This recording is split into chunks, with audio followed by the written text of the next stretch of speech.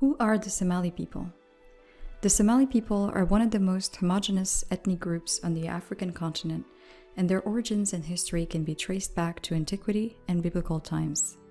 They were not always referred to as Somalis, but bore many different names in ancient times. The people that inhabited the Horn of Africa and were the ancestors of today's Somalis were referred to as the Macrobians by the ancient Greek historian Herodotus. According to Herodotus, the Persian emperor Cambyses II, upon his conquest of Egypt in 525 BC, sent ambassadors to Macrobia, Somalia, bringing luxury gifts for the Macrobian king to entice his submission. The Macrobian ruler replied instead with a challenge for his Persian counterpart in the form of an unstrung bow.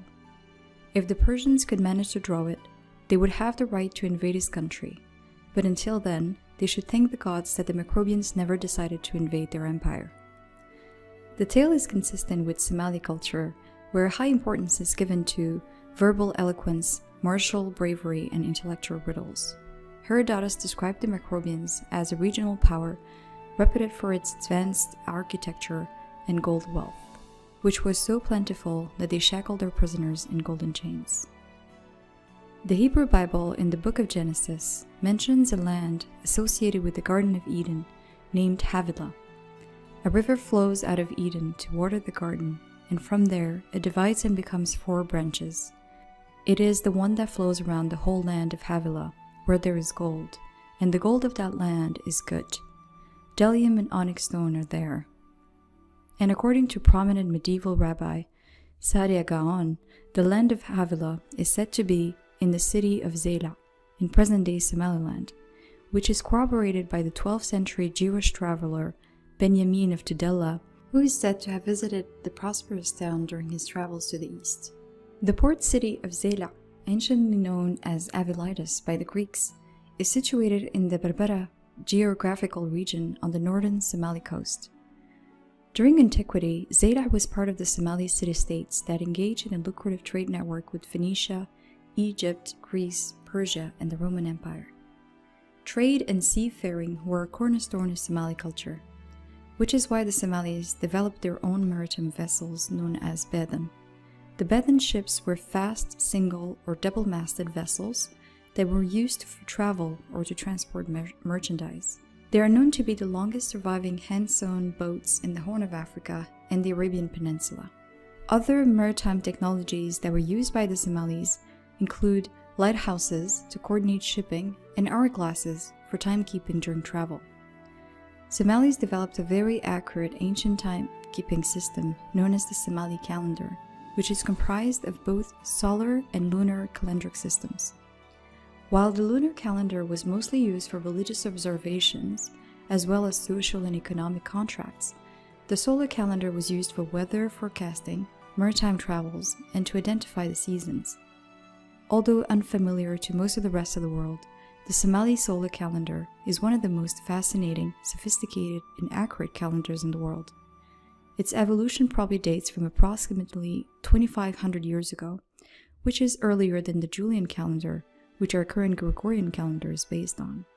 It is based on the number of 7 and is organized into 4 seasons, 12 months, and 52 weeks plus 1 day. The seasons are named Haga, summer, which is 91 days or 13 weeks. Deir, autumn, which is the same number of days. Dira, winter, also the same number of days. And Guh, spring, which is 92 days or 13 weeks plus 1 day. Accordingly, the year is 12 months, 7 of which have 30 days and 5 of which have 31. Haga and Dira are dry seasons that are known as Jilal, while Deir and Guh are rainy seasons known as Nur. The new year is characterized by a festival called Dabshid, which means lighting the fire in Somali, and where people celebrate by lighting large fires and sacrificing livestock, which are traditionally goats. The Somali calendar year consists of 365 days, which is similar to the ancient Egyptian calendar. Historians have observed a great deal of cultural and linguistic links between the ancient Somalis and their Egyptian counterparts. For example, these astronomical terms have very close similarities. Rah, the term for sun in ancient Egyptian, is Qarah in Somali. Yah, for the moon is dayah in Somali. Manta for today is manta in Somali. Awo for night is awo in Somali. The ancient Somalis are known to have been demolitic, people of stone, who have been associated with tireless building of megaliths. This is shown by the tens of thousands of pre-Islamic built cairns and dolmens scattered throughout the Somali inhabited territories. The cairns are known to the Somalis as Talo Tiriyat, monuments of Tiri. Somali lore credits the building of those megaliths to giants that once roamed Somaliland. In folk tales from Somalia, Sheikh Hariruyin Somaliyat, Ahmed Artan Henge, tells the story of two giants that once lived in Somaliland. One named Habad Ina Kamas was cruel, and the other one, Birir Ina Barqa, was just and kind. He lived in a cave called Shimbirale, the cave of birds, and used to wear a heavy ring that no man could lift. He answered the pleas of those suffering under the rule of the giant called Habad and defeated him in battle. He then united the two lands and ushered in a long period of peace. Researchers have studied the archaeoastronomical nature of two megalithic sites on the southwest part of Lake Turkana, northwest of present Kenya, and observed that one of the sites has an alignment of 19 basalt pillars, 7 of which are non-randomly oriented towards certain stars and constellations that were used to calculate an accurate calendar. Before the advent of Islam, Somalis believed in a god named Waq or Ebe, who is the same as Allah or God in Islam. He is known to have been a sky god, to whom the nomads prayed for rain. His benevolence and consequent rainfall was known as Barwaqa. Islam was adopted by the Somalis during the Prophet Muhammad's lifetime. Somalis were the earliest non-Arabs that converted to Islam. Not only the earliest non-Arabs, but the religion of Islam in Somalia predates almost every single Muslim nation of today.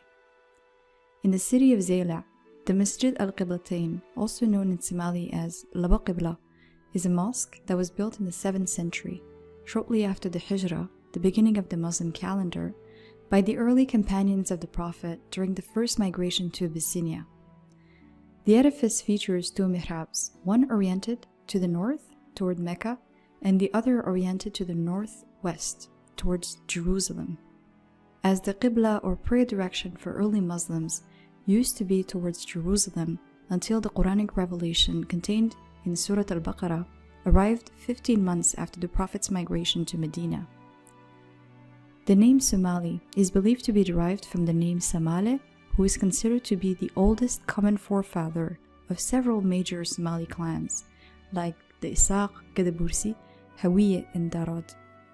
But there are also claims that the name Somali could be derived from the words Somal, which means go and milk, which is reference to the pastoral traditions of the Somalis.